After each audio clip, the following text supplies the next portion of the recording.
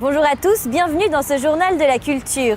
Aujourd'hui, on vous emmène en balade au fil des mots des écrivains. La ville de Genève sort la carte de son nouveau sentier culturel d'une bibliothèque à l'autre.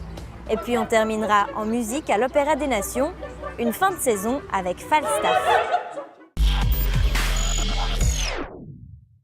Victor Hugo, Voltaire, Alice Riva et tant d'autres parlent de Genève dans leurs écrits.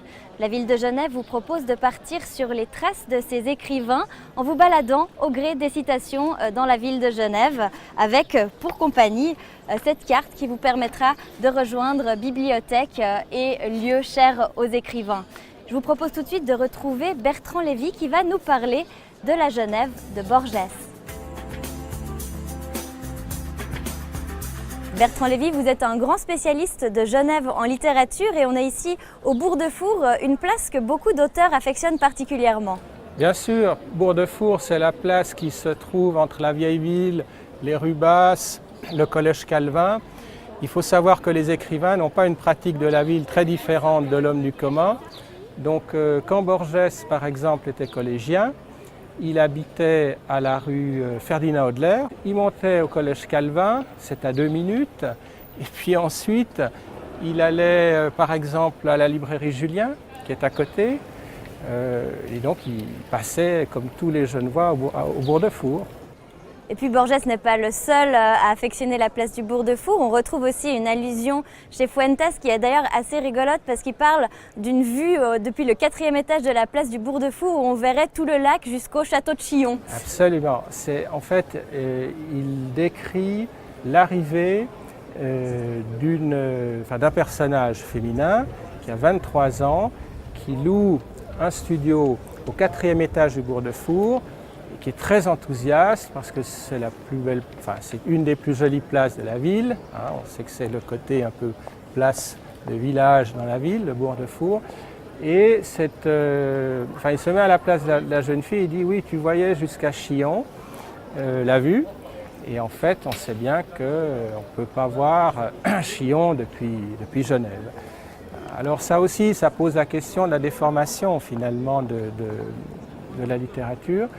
Je pense qu'un écrivain, mais tous les artistes, tous les créateurs adaptent en quelque sorte le tableau de leur description à leur message. Donc le message, c'est que la vue à partir du Bourg-de-Four porte très loin. Je vous propose qu'on aille sur les traces de Borges, un petit peu plus loin à la Grand-Rue où il est mort justement il y a 30 ans.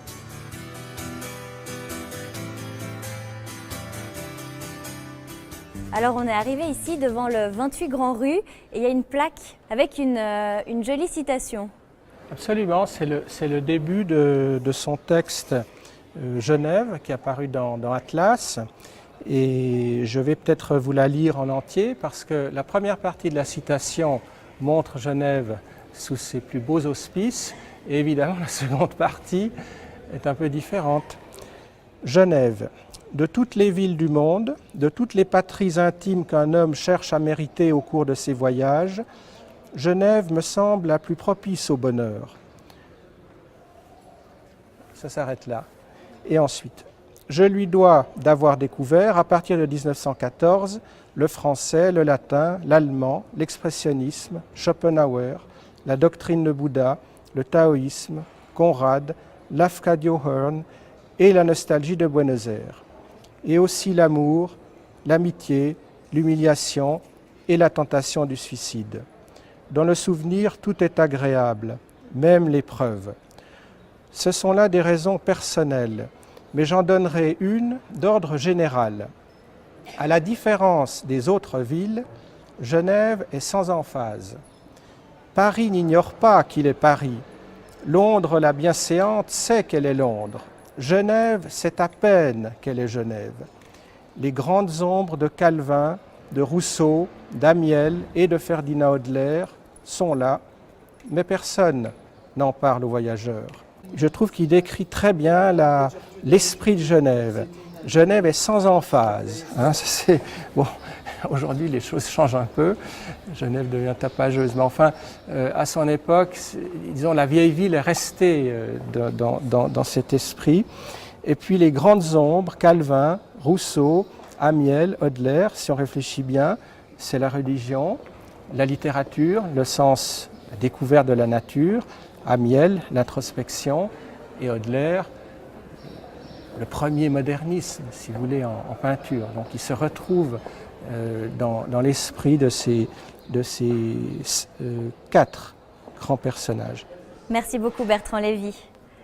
Voilà, alors Genève se visite sur les traces des écrivains, une Genève littéraire passionnante que nous a fait découvrir Bertrand Lévy.